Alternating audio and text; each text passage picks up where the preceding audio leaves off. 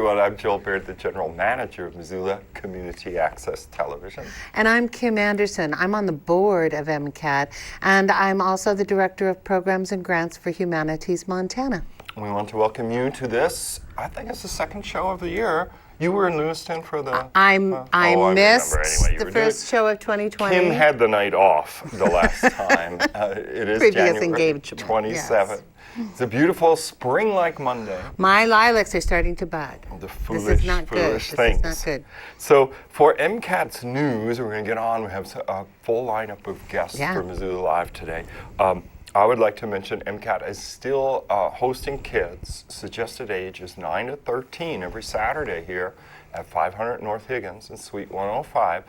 Between the hours of 1 and 5 p.m., you can drop your kiddos off here to do a little animation, skit making. There's some example on the screen for you right now. Legos do seem to rule the day. I guess because it's like pre-made for the imagination. Yeah. But also people are doing drawing and they're doing some live action. Oh, they are now. Cool. Oh, yeah. That doesn't take quite as much patience. No. There is a fee associated with this until we move to the library. Right. Where we will enjoy free rent in perpetuity. In Poiple, what? That's what the Because we're said. Your community access media center. Another activity we have is Spring Flicks at MCAT. This starts on Monday, March 16th, and it is kind of designed to be a little bit of a substitute for school that week when school is closed. Right. Parents and caregivers. Not too early to start thinking about school that. Is closed March 16th through the 20th, the whole week. And so you could bring your kids here. They could get some pre-care beginning at 8:30, and they could stay till 3:30 with the post-care. And the activity blocks will take place, of course, in the morning and the afternoon with a luncheon break. For more information, visit our Facebook page. So that's all I have really for MCAT, other than we're on the countdown. This is our last January in the old Missoulian space. Every month now. In the old Missoulian loadout garage. Where in the past, people used to come, older guys would come and say, hey, I just want to look at the garage. That's where I used to get the paper when I had my route in 1959. So everything is just footprints in the sand, right? Yeah, just being Time washed moves on. away. So how about Humanities Montana? I just wanted to give, my message is also aimed at teens, actually, probably not our biggest demographic, but a heads up to families who might be listening that Humanities Montana just got funding for a 2-year, $200,000 pilot project. Really? Congratulations. Yes, to engage teens with the tools of civic life. It's going to be partnership with the library. Wonderful. And with a community organizer we just hired they'll help a group of teenagers, anyone show up and you can be involved, starting in February. More information to come. We don't have dates yet.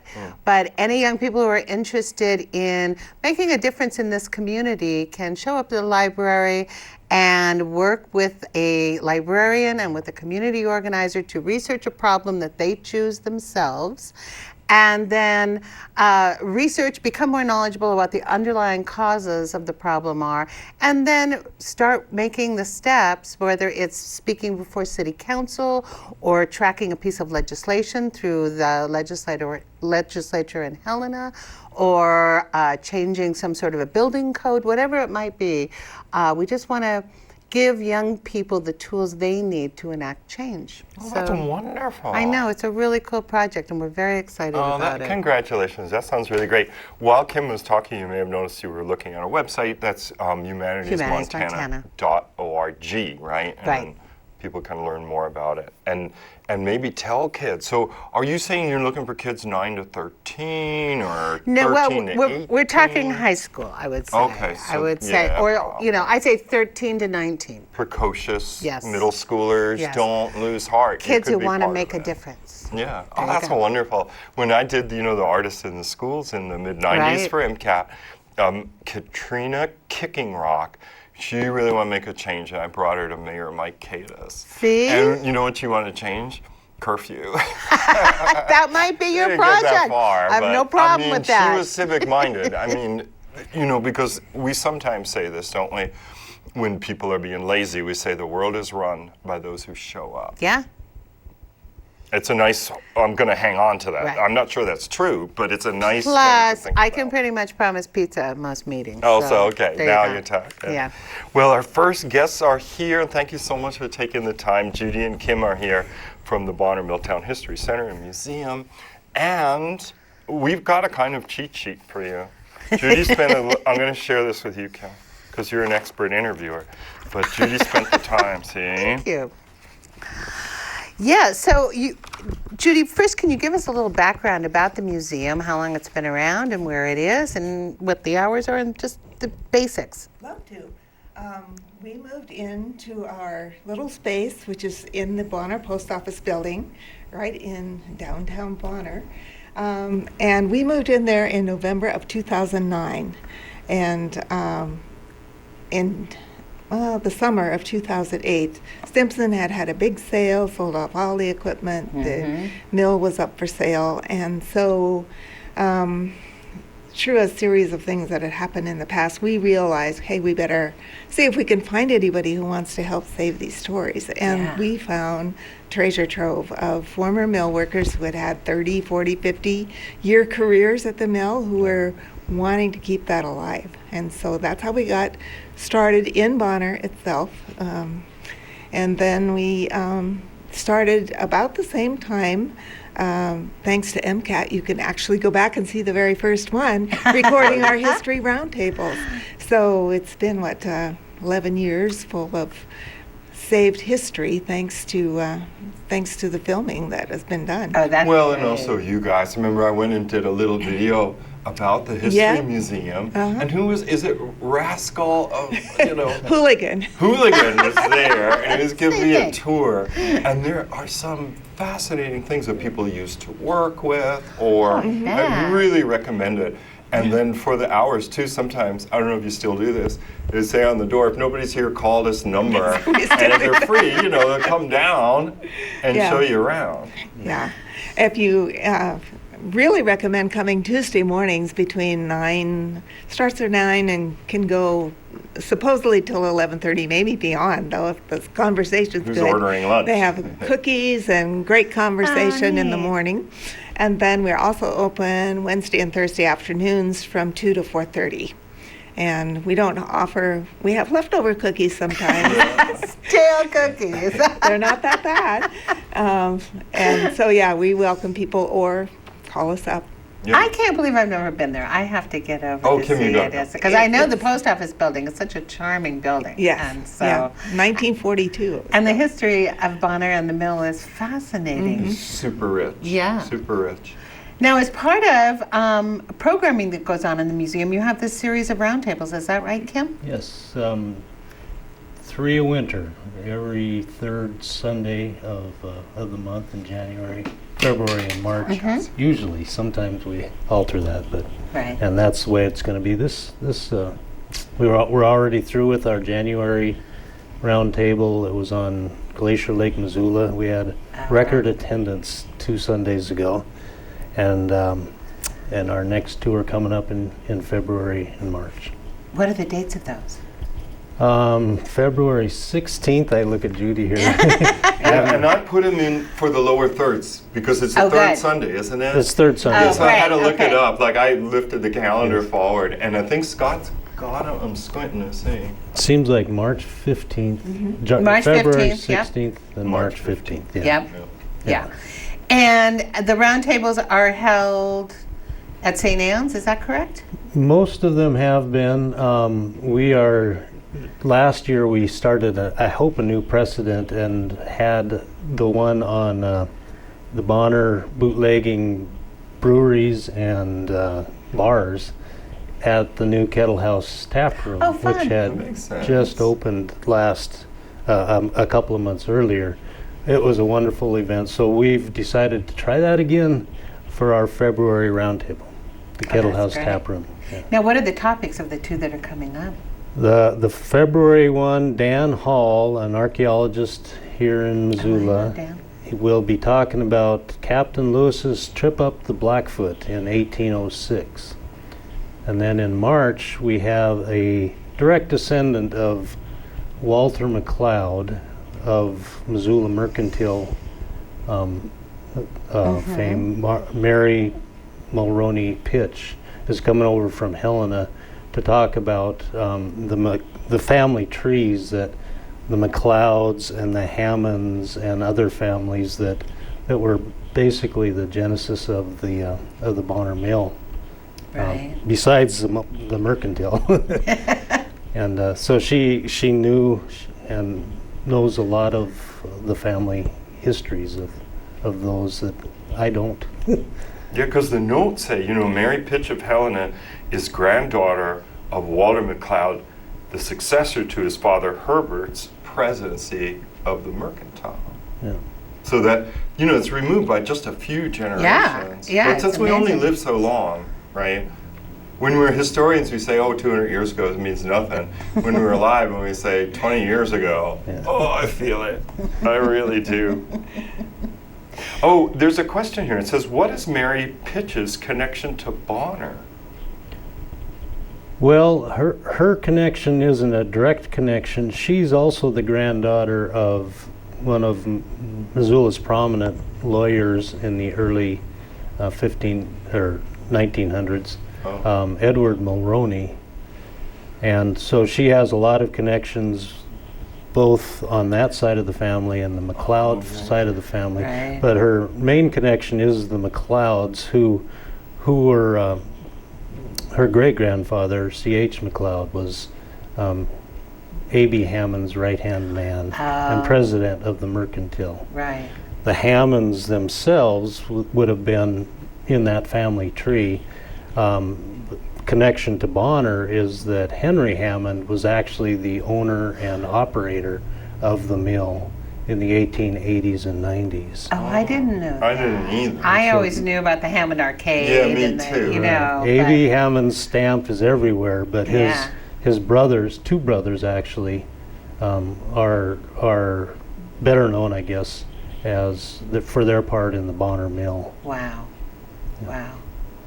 So, and both of the February and the March events run from, did you say 2 to 4 on Sunday afternoons? 2 to 4, yep. Yeah. There's an important point in the notes. Because the March one, where did the road to the Buffalo go through Bonner and up the Blackfoot? That's February. That's the February? Yeah. Okay. And one of the fun things about having it at the tap room is what I think is going to be revealed as the route. You can sit in the tap room and look right across the river and see the route? Right. Well, Meriwether Lewis on July 4th, 1806, was following up the Blackfoot, the road to the Buffalo, ages-old trail that the natives used to follow to go to east of the mountains for the buffalo. And so that was his natural route. And that makes sense, doesn't it? Because people had already tread that route. So it's like, I'll go this way. So many of the trails and stuff were, originally created by Native Americans. And then, why recreate that wheel? It has always been a question among us out there how they could have gotten around the high cliffs that are across the river from the tap room, the kettle house tap room, and the mill. And I think we've got the answer. Really? To be revealed, you got to But go. you have to show up to find it. Exactly. To run the world. Dan has done a lot of studying, but also we have some, quote, old-timers out there that have studied the question. And that really counts. I don't want to be digressive, but I was reading a thing about, the old Milwaukee Tunnel and that town over there that sort of grew up out of building the tunnel between Montana and Idaho on the old Milwaukee Rail. And it was someone familiar with the area said, you're way off. They're looking for the cemetery of the people, and someone who knew it, from having lived, in the area, was able to pinpoint them to the cemetery. Yeah. Taft. But what about this dinner? That's what caught my eye. You say I got the dates mixed up. Yeah, you're going to head to March. So the March topic is followed by St. Anne's famous Butte pasty dinner. Yeah. Yes. Do you want to enlarge on that? I do as well. I should let Kim talk about it. He knows the history of the beginning of the pasty dinner too. Well, it is a fundraiser for the youth of St. Anne Catholic Church. And we started that, I belong to the church, and so we started at, many years ago. Our pastor at the time was from Butte, Father Mike Poole, and so we started this tradition of Butte pasties. We call them better than Butte pasties. There's some chutzpah. So is there someone in the community who makes the better than Butte pasties, or are they from Butte? Father Poole comes out, he's retired now, but he has continued to come out and kind of spearhead the people from the parish to. It's a long Saturday, the day before Sunday. And he's an exacting chef. I've heard the story, so they are delicious. I'm very really intrigued something good to now. know. Yes. Well, I guess we better move along, but I want to make sure people are getting the overview as we finish up. The roundtables are the third Sunday, and they're just January, February, and March typically each year, and they're from 2 to 5. Or 4 rather. 2 to 4. And then it's going to be at the Kettle House Tap Room in Bonner in this upcoming February. And then it'll be back at St. Anne's for March. Yes. And delicious cookies and refreshments Tuesday mornings at the museum. Yes. And check for other hours. What were the other hours? Wednesday and Thursday afternoons. Wednesday and Thursday afternoons. And I've got to tell you, if you guys are ever trying to embark on a project or more programming, you should look at Humanities Montana for a grant. Now that you say that, Kim headed up the Mullen Conference, and we were looking for the connection of where we knew each other. So that was a few years, and that was that's it. Right. So I talked to you about that. Oh, I bet. So we really appreciate that. There it is. And we appreciate your coming. I know we got to go, but I really I'm so glad that you I'm came over hoping and I can helped get to one of those people talks. out. They both sound fascinating. They are fun. And then, in honor of their visit, Yes? well, typically, it's like a talk show format, so we got to do something as we get you out of here and get the new people in or whatever. Well, I thought, why not show, because MCAT's undergoing a little navel gazing to move to the library. We have 7,000 titles here recorded between, 1990 and present day. So we've been looking through, I guess you do when you leave the house, right? We're like going through old drawers. In any event, from 2008, it'd be nice, instead of the usual public service announcement till we're ready to go again, maybe show some of these vaulty clips throughout the show. So this one, to set up the clip, dear patient viewer, is the dedication of the Black Bridge, I think it's called, the Bonner Milltown Black Bridge from 2008. And in the clip, we've got some former Missoula County Commissioners, Jean Curtis, and you'll see Bill Carey behind her, but also Mike Cooney was the state attorney general, and he shows up. Somebody reads something from Denny Rayberg's crowd, and John Tester is there, and Max Baucus is there. Can't wait to see it. Clip. Well, you could look a little, and Scott, if you'll run it, we'll be right back with our next guests.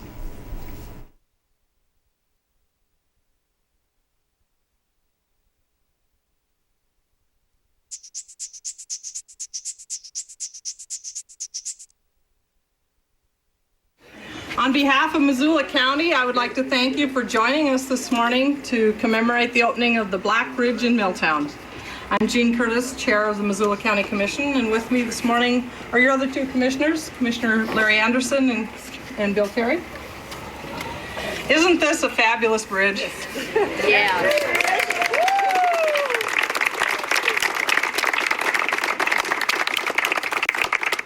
And thanks to all of you who prayed for lovely weather, because we couldn't have asked for better.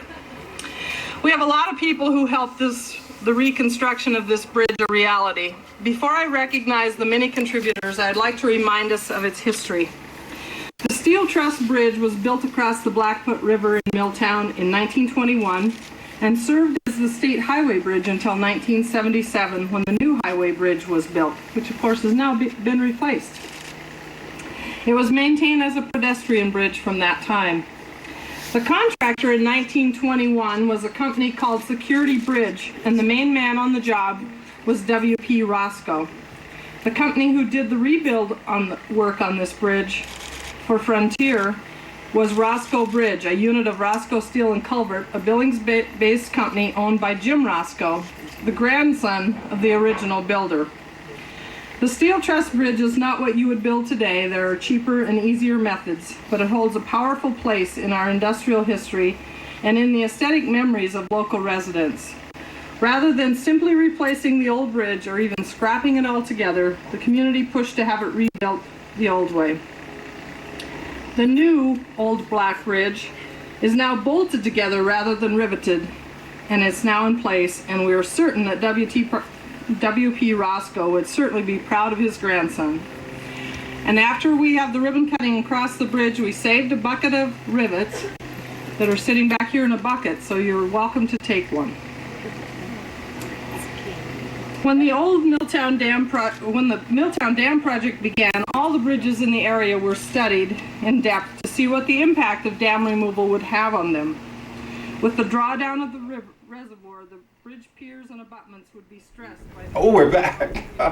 I hope you enjoyed that clip. That was former County Commissioner Gene Curtis at the dedication of the Bonner Milltown Black Bridge. So that was like 12 years ago? Yeah. And a railroad bridge, you know, that they turned it, they kept it instead of knocking I've been it on down. it. It's beautiful. And it's a pedestrian bridge now. It's really nice. Well, Jake and Rebecca are here to talk about Project Community Connect. Thank you for taking the time. So you mentioned this is the 14th annual iteration of this event, and you want to tell people a little bit about what it is. Project Community Connect is open and free event. It's open to the community, and the idea is to present a one-stop shop for a mirage of services. So we can, help someone with whether it's a free haircut, they can get some dental services, reading glasses, clothing, housing services. It's over the top, and we have a new service this year that we wanted to share information on. What is it? The title of it is Pathways to Justice, and it is an opportunity if someone has misdemeanor warrants, they could address those. Okay. Wow. Because issues like that so often prevent people from seeking other kinds of care that they need. That's amazing. That is really amazing. And Jenny Miriam said something about it at a meeting earlier today, but can you enlarge on it a little? So there's actually going to be like a court opportunity at the event? At the event. So this year, this event will be taking place at Revive Church in the Valentine Center. And there is a space that has been set up, and we're coordinating with Municipal Court and Justice Court. And the opportunity is that someone could come to the event, actually even before the event, the day before, they could call in, and we can share that phone number just to see if there are any fines out there for them. But if they don't do that and they just show up to the event, they can do that research, and if they want to move to the next step, they can go and go in front of a judge and get that addressed. If they do come to the event, they could possibly get a $20 credit towards their fines if they update their contact information. Wow. So that's very progressive. Congratulations. Yeah. Like in the New York area, my family lives there and I was back for the holidays, they're eliminating like a bail for misdemeanors, because so many people would get hung up not having $100, $400, $500. Yeah. Who's got that, or the savvy to go to bail bondsmen and take 10%? Pay outrageous. Right. Yeah. So people, stay in jail awaiting prison for minor offenses, costing the taxpayers yucky dollars a day, and losing their freedoms and getting exposed to God knows what trauma. So my hat's off to that. That's wonderful. Thank you. There's also what we call a legal wellness checkup opportunity. So if someone came in and they had questions, there's actual staff that can help with SNAP, TANF, Medicaid issues, housing, divorce, debt collection, safety at home, and even their tax legal help. That's really great. So in the past, when it first started, there was a lot of things for people that may be living in temporary housing, couch surfing, living in the automobile for a period, just trying to patch it together. And it sounds like the service has really evolved into a lot more. Definitely. It's really a good time. There's been a number of special programming vouchers that have been issued, some through Missoula Housing Authority. And so the opportunity for someone to come to the event and learn about those programs and see where they might fit, it would be a definite good use of their time. So it's a good opportunity right now. And then does it also address people that sort of at risk of homelessness? Meaning, you know, some people, and you read about this all the time, like all of us are like one medical emergency away from the street, you know, and that kind of thing. So if people are living like paycheck to paycheck, or if they're older on a fixed income and they're like, I'm not sure how long I can keep this up, are they invited to come in and get referrals and such? Definitely. We will have employers there again. We'll have a number of training programs through the state on site as well. And if someone is looking maybe to learn about any special programming that could meet their needs, they're definitely welcome to come. So it's not exclusive, it's inclusive. Inclusive. Right. Yes. And Jake, you're here representing Western Montana Mental Health Care, their PATH program, Yes, right? ma'am. Are you in part of this?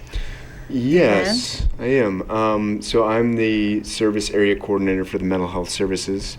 So we are incorporating about 10 mental health providers within the community to come to the event and, you know, just talk about their services, offer them to the community. Yeah. We're offering, you know, on-site registration and enrollment for services as well.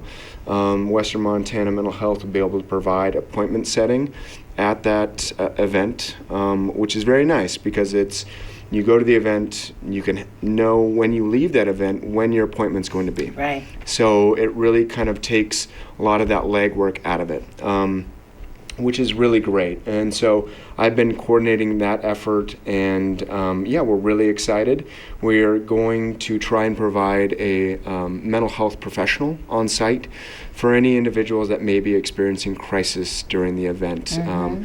They can take them to a private and confidential area where they can hopefully de-escalate that individual and just kind of talk about what's bothering them and provide some sort of crisis mediation. So we're looking to expand the mental health services that we're providing at the event to kind of serve any need that may be related to mental health issues. So that's great.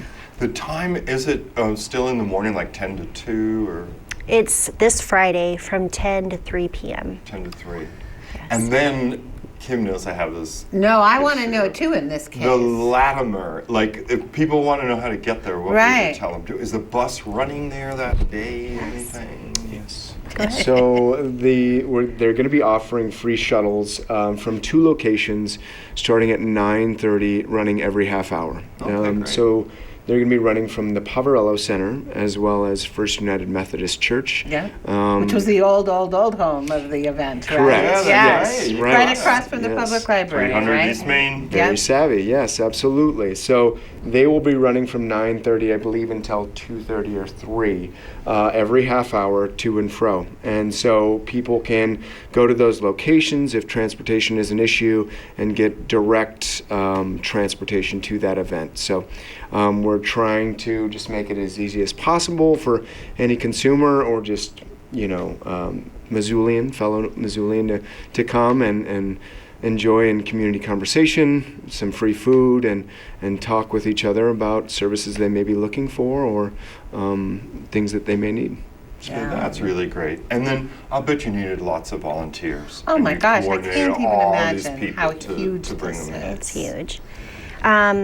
We have been working with the volunteer coordinator, and this event, just like every year, we do a huge outreach for volunteers. And so part of that volunteer process is to help with the point in time survey. And Jake can expand on that. Yeah, so the point in time count is an effort that's going on the night before that. So from sundown to sunup, it's a nation and statewide effort that focuses on understanding homelessness a little bit more.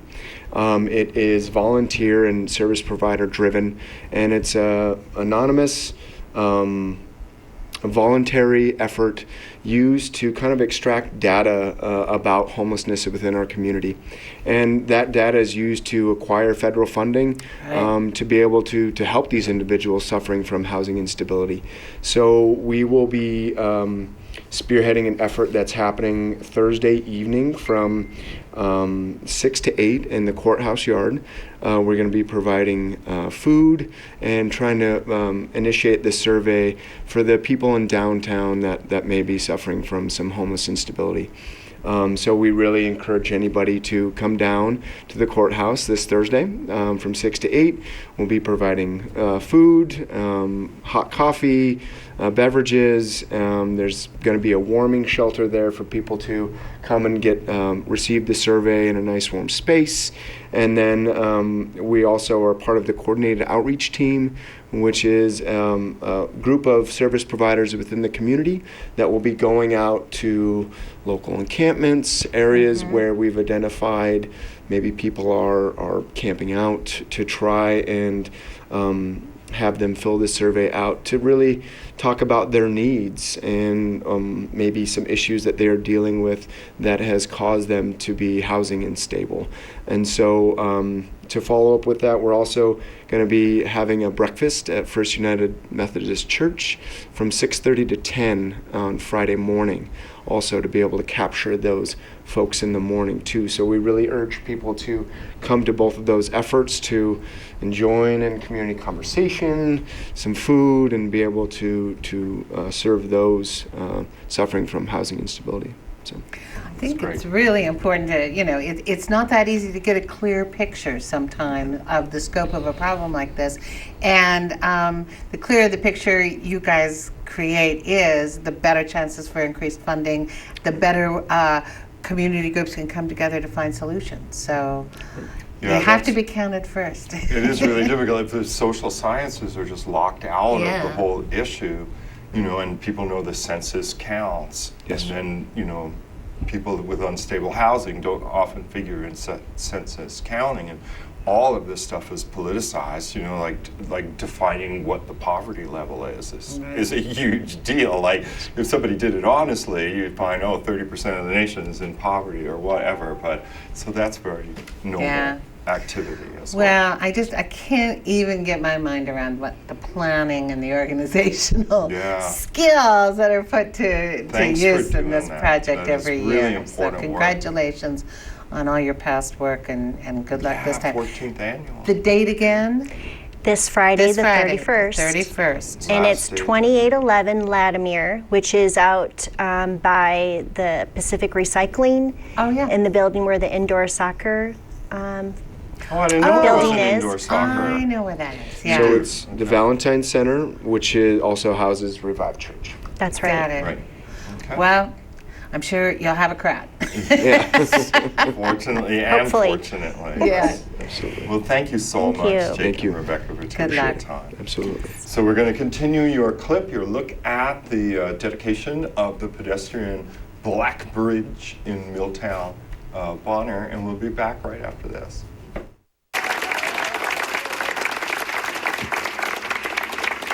Thank you, Gene, very, very much. This is a great day. Everybody loves a bridge. Whether it's throwing a log across a river or a creek, or whether it's trying to build a little bridge with a little kid, or this bridge here, driving across Golden Gate Bridge or anything, everybody loves a bridge. Bridges are just special. And this bridge is especially special. Bridges not only cross streams and rivers, but bridges are a mark of progress. They're symbolic of people working together. It's one side working with the other. There's a lot of power in a bridge. And this bridge here is linking different parts of this cleanup project here, the Clarkport cleanup project. So that makes the restoration of this bridge even more special.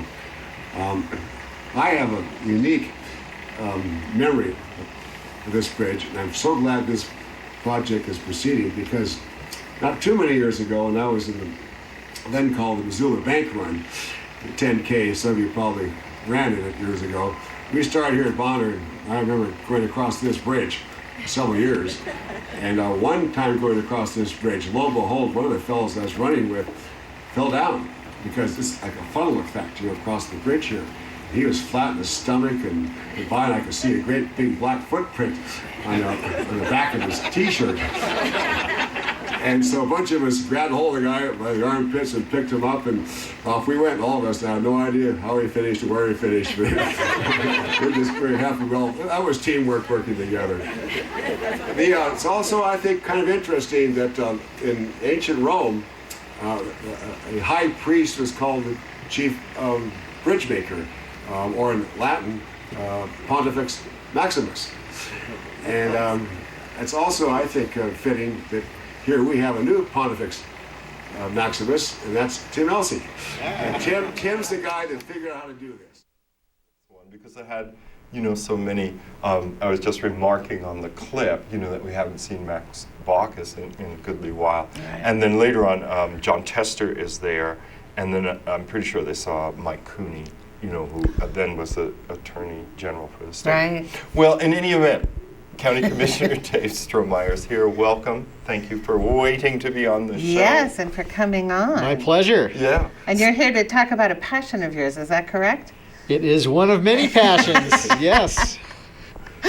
Trains. Trains, of course. And specifically passenger rail service, restoring that at least to the Northwest, or are you taking in like the nationwide picture?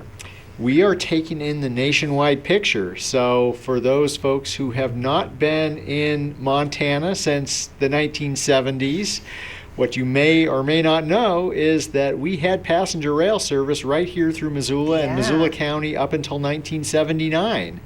It was called the North Coast Hiawatha, operated by Amtrak. And you could hop on the train at the north end of Higgins Avenue and travel to Minneapolis, Chicago, Portland, Seattle. 1979, that stopped. So over the past 4 decades, it's hard to believe it's been that long. Wow. There have been kind of waxing and waning efforts and attempts to try to get passenger rail service back through here. We're going to take another run at it, and we're going to try a few different approaches to try to make that happen. And we figured that Missoula County in the year 2020 ought to be at the tip of the spear of this effort, and that's where we are.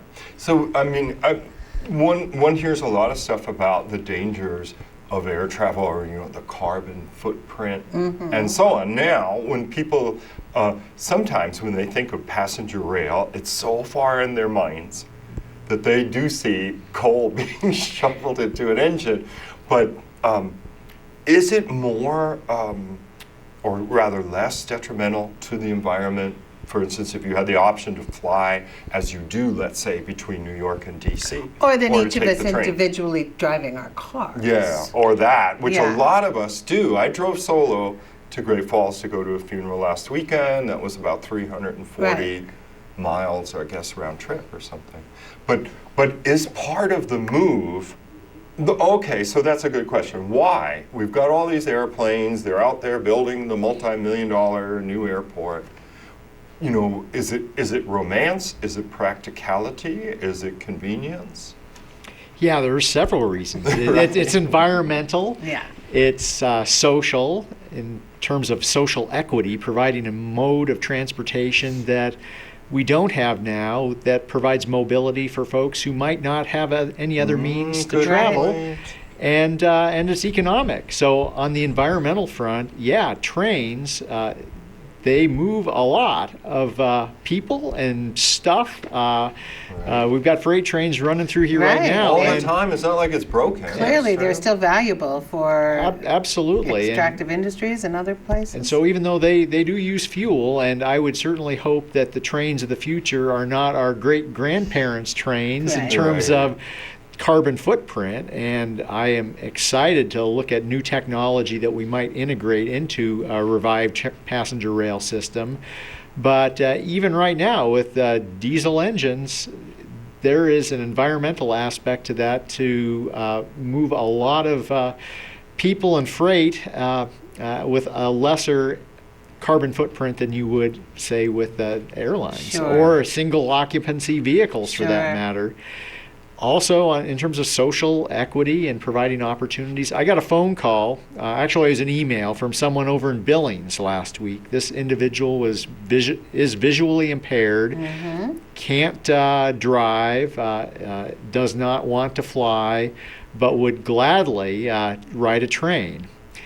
And I think the same can be said for many others, students, veterans, seeking services, elderly. My mom used to visit us up here, but we'd have to drive up to Whitefish to pick her up on the train up there.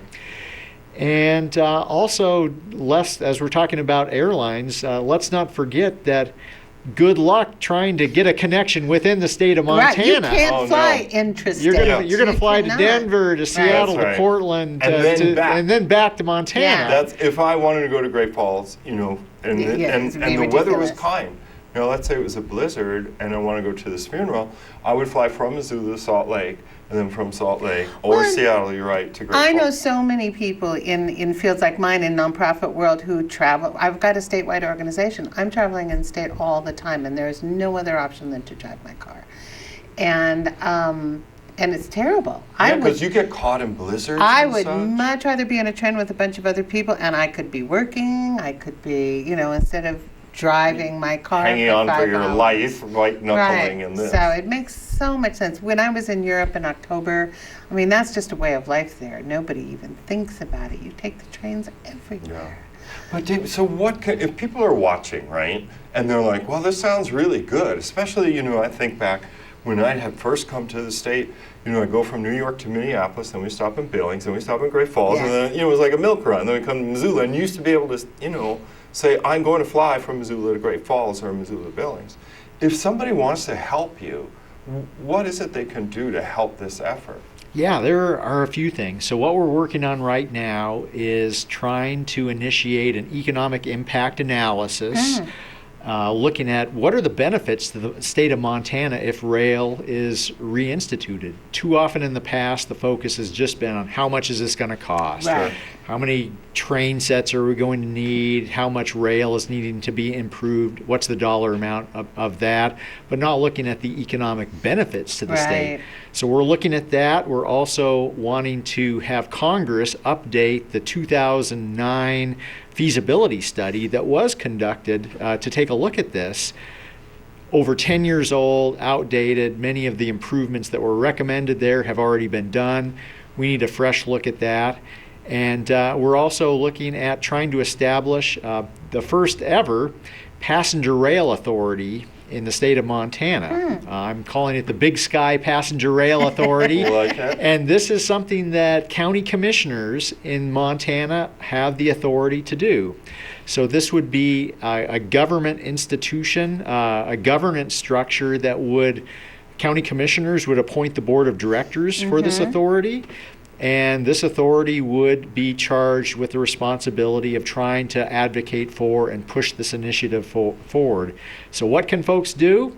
Contact our congressional delegation, our 3 members of Congress, our 2 senators, our 1 congressman, and ask them, well, first off, just tell them if you think passenger rail is part of Montana's transportation future, let them know and urge them to update the feasibility study. If you're here in Missoula County, or more particularly, if you're outside of Missoula County along the proposed route, contact your county commissioners and local elected officials. They need to know because we need their partnership in helping make this happen. And basically the route, and I mentioned earlier, this is not just a Montana thing, but we're looking nationally. So we're looking beyond the boundaries of Montana, east and west.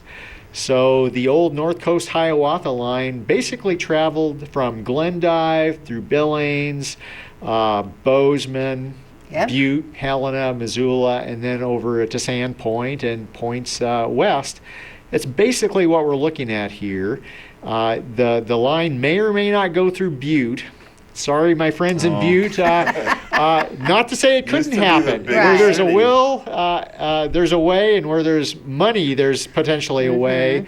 But Homestake Pass has been out of service for decades, and it could be reopened, but would require a significant You mean the rail investment. line? The rail going line, over yeah. it, 'cause You can still drive. See it. You can see it. You can It would see be a it. beautiful drive. Yes, it would. But it requires a significant amount of work. Right. And once one gets to the coasts, there is a passenger rail service like Seattle, Portland, and down. And then, of course, I grew up on the East Coast. We routinely take the train to D.C., to Philadelphia, to Providence, Rhode Island, or Boston, Mass. Yeah. Totally. And you have a great example of how successful this can be just looking to the north with the Empire Builder along the High Line. On the High Line. One of the most popular and heavily ridden long-distance trains in the country. Yeah. And is that the only rail that goes through, passenger rail that goes through Montana at this point? It is. Yeah, the only one. So you have to go to Whitefish, to enjoy that. I've always meant to do it. And you mentioned a sleeper car, I think, before we came on. Like, were you able to sleep in that sleeper car? Yes. Wow. Yes. It just seems so romantic. Well, to and spend the night on the train. So I heard from an aerospace company CEO over in Bozeman here recently how he would love this to be an option so he and his employees who are traveling for work can actually do work, You can work. while you're traveling. Instead of Good luck doing this. that in one of those aluminum cylinders flying through the air. Yeah. So. Right. No, it's so much more appealing. Oh, I hope it gets some, I don't want to say legs, I hope it gets some wheels. No, all aboard. Steam. But it's going to be a joint effort, and all of us in Montana need to make our voices heard loud and clear. And if we can put someone on the moon 50 years ago, we can figure out how to improve our transportation in Montana right now. Is there any online source of more information for people if they're interested?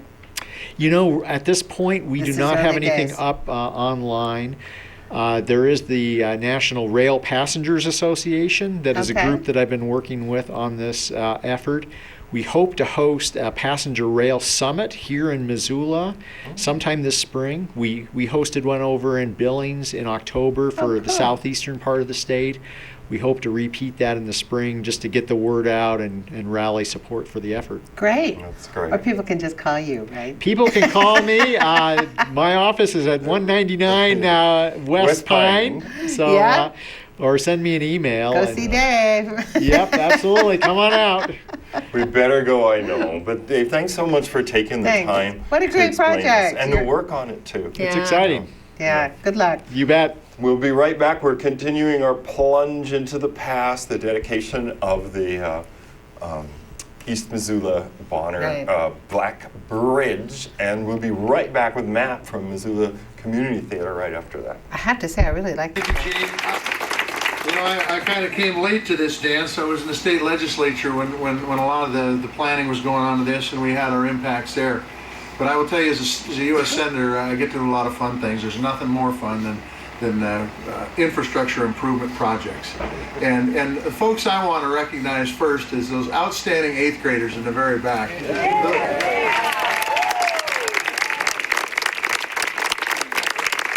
The outstanding 8th graders and their peers will be able to use this for literally their entire lifetimes, and hopefully their kids and kids' kids beyond that.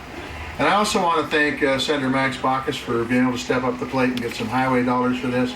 Governor Schweitzer for being able to step up the plate and get some state dollars for it. Mike McGrath, to the NRD and the EPA. John, thank you very much, all you guys. But most importantly, I want to thank the community of Bonner. And Gene read through the list of folks that had their fingerprints on this project locally. And I think that it is absolutely incredible how this community has stepped up to the plate to be able to make this bridge a workable unit once again. And I want to. Who do I need to talk to about some partnership program? Oh, we're right back. You could tell. Oh, sorry. I can't because it's not official. I can't.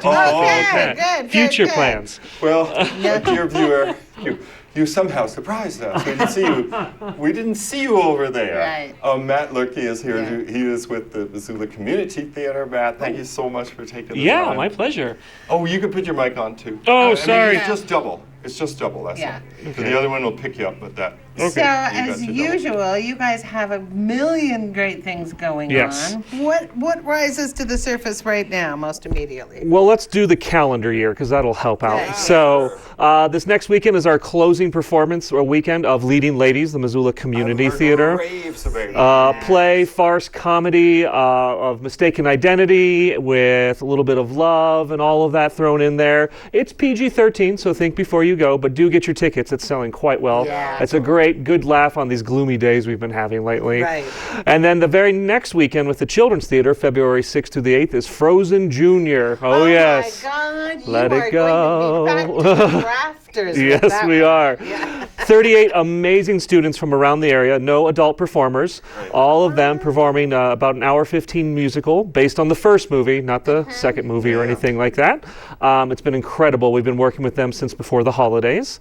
Then after that, the Spitfire Grill opens from the Missoula Community Theater. It's a musical, but it's not a song and dance musical. Yeah. It's about 7 people, and it's a tale of renewal, small town, new beginnings, all of that. It's going to be a great one as well. Again, kind of in the PG-13 area, so think before that. And then Winnie the Pooh is coming up with a whole bunch of child actors in April. Our spring break day camp with Beauty Lou and the Country Beast. And then we close our season with the community theater with Matilda, which is based on the Roald Dahl book and the Broadway musical, which just the rights came out, and many theaters are doing them. And we're one of the first in Montana to do it. Grand Street's going to be doing it as well in Helena, so it's very fun. Oh, it's so full. Yeah. And, so I want to highlight, because we are doing the spring flicks, that you guys will also have activity for kids during spring break, March 16th through the 20th. Correct, yeah, and for us, that's Beauty Lou and the Country Beast is one of our tour shows, those iconic shows that go on the trucks and travel around the nation and all of that. And so we have up to 70 students who can register for that, and they're at MCT from 9 a.m. to 5 p.m. Monday through Thursday, learning to put on the show and doing other activities. And then on Friday, they have performances at 4 and 6 on March 20th. Oh, cool. So whether you have a student in the show or looking to do something with your child, then come and check that out. Yeah. Scott's showing the viewers at home the website. So I bet people could register, for the camp there, but also to take in the whole calendar season. Correct. Through the summer.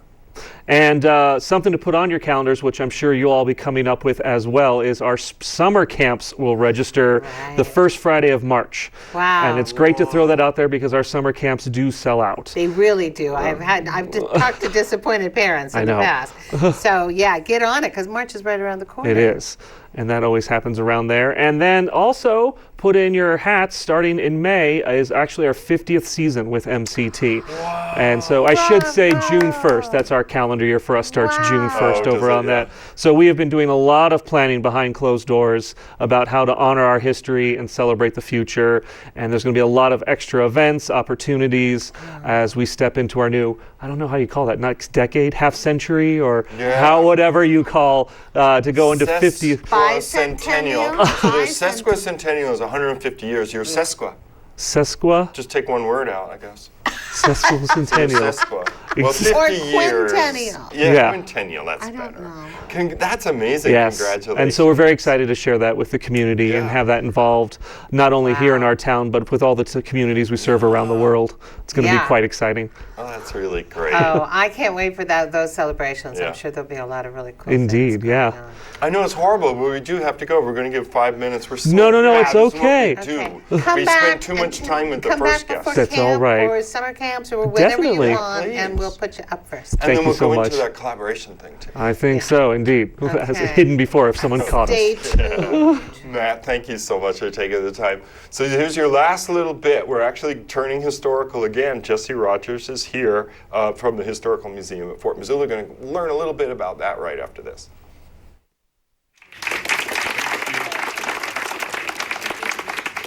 It really is a pleasure to be here and be part of this. As everyone has said, this really has been a team effort. And what it is it's a commitment to this community. This community has been through a lot and will continue to go through a lot. This is a massive construction project. It is a project that has the potential to alter the way of life of this community, and people have been concerned about it. but at the same time enthused and cooperative.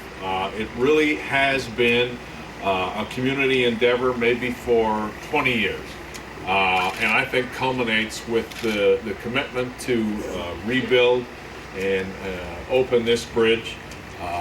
This is a symbol, of course, of the community coming together, but it also is a commitment, as I said, to this community to allow children to safely go back and forth for generations to come. And thank you all. Thank you everyone that's here for your work on this. We very much appreciate it. Thank you.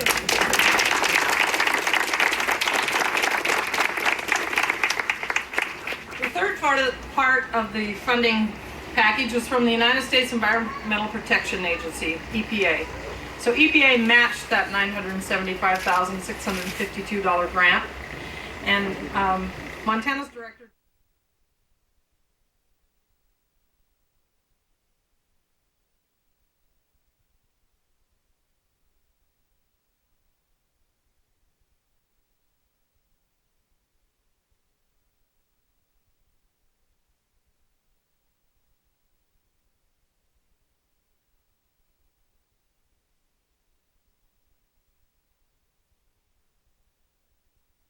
To say that on camera. Oh, we're back already. So, I'll just point out you saw Mike Cooney there last. He's running for governor. So Jessie Rogers is here. She's development director for the Historical Museum of Fort Missoula. Welcome and thank you for waiting. Of course, thank you for having me. We were just talking about this exhibit, and I already forgot how to pronounce it again.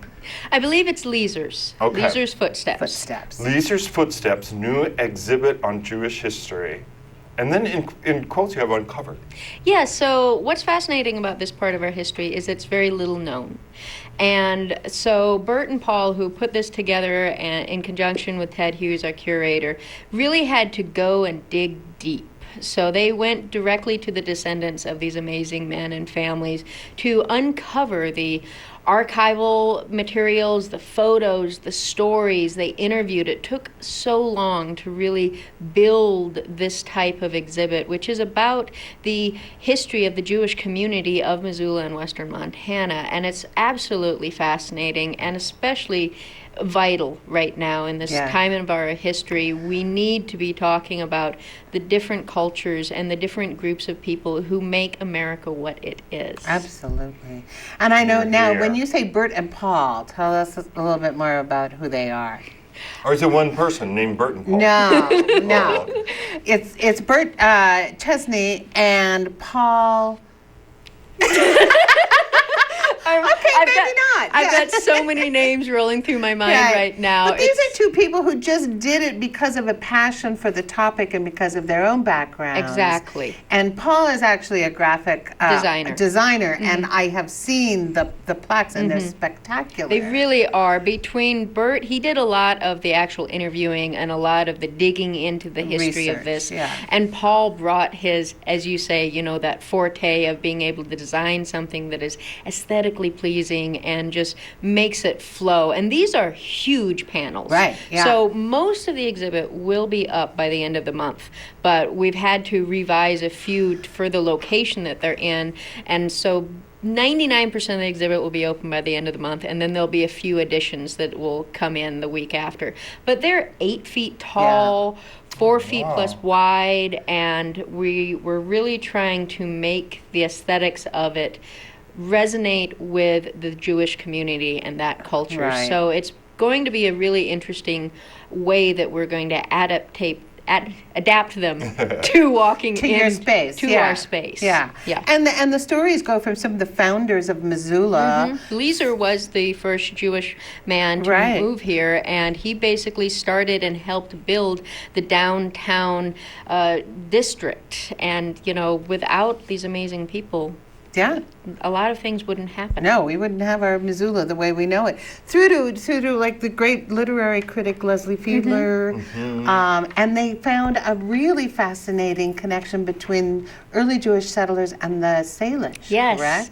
correct. Interesting. I did not know that. Sam Bigarm, I believe, and Leaser. there's so many correlations and connections in how these two cultures came together to really build up of what Missoula was, and the different trading operations, the different ways that there were so many cross segments that no one knew about. Right. And that's what's really fascinating, and why, over the next few months, we really want people to kind of stay connected with us, because we are building toward having some workshops, lectures, some different tours, have Bert and Paul there, and some other different folks who would like to come in and talk about their part of this exhibit. That's so great. And the exhibit opens January 31st? This Friday. Open but through as you May? mentioned, you're going to be building on it. Yep, there'll be some edits and things to add on, how it goes when you're building things that are 8 feet tall, Right. stuff. Well, once you have programming in place, I hope you'll come back and tell us about some We of definitely will. And we also have a quick segment into another part of different cultures of Missoula, and that is the 25th Infantry. So during the 1800s, many of you all know the 25th Infantry Black Bicycle Corps started here and did all the testing of the Spalding bikes, and then rode all the way to St. Louis. We have an exhibit about it, but we've really been able to enhance it. So coming in February, we'll be debuting a new update to the exhibit, which is a lot more about the personal stories of some of the men who made that magnificent, crazy 1,400-mile bike ride on single action bikes. In the late 19th century. Yep. So it's pretty cool. So, I know how much time do we have, Scott? Any? Gone. Zero. It's gone. Well, Jesse, we know thank you'll you. come back, Jesse. Yes. We get to see you a lot. So come back and tell us more about both those great news. And you'll be number one. Yeah. Woohoo! Lovely as always. Thank you. As you are too, dear patient viewer, we will be back next in 2 weeks on February 4th. As always, if you know of a group and you want to see them on the show, give us a call at MCAT. The number is 542-6228. For MCAT, I'm Joel Baird. And I'm Kim Anderson. We'll see you next time.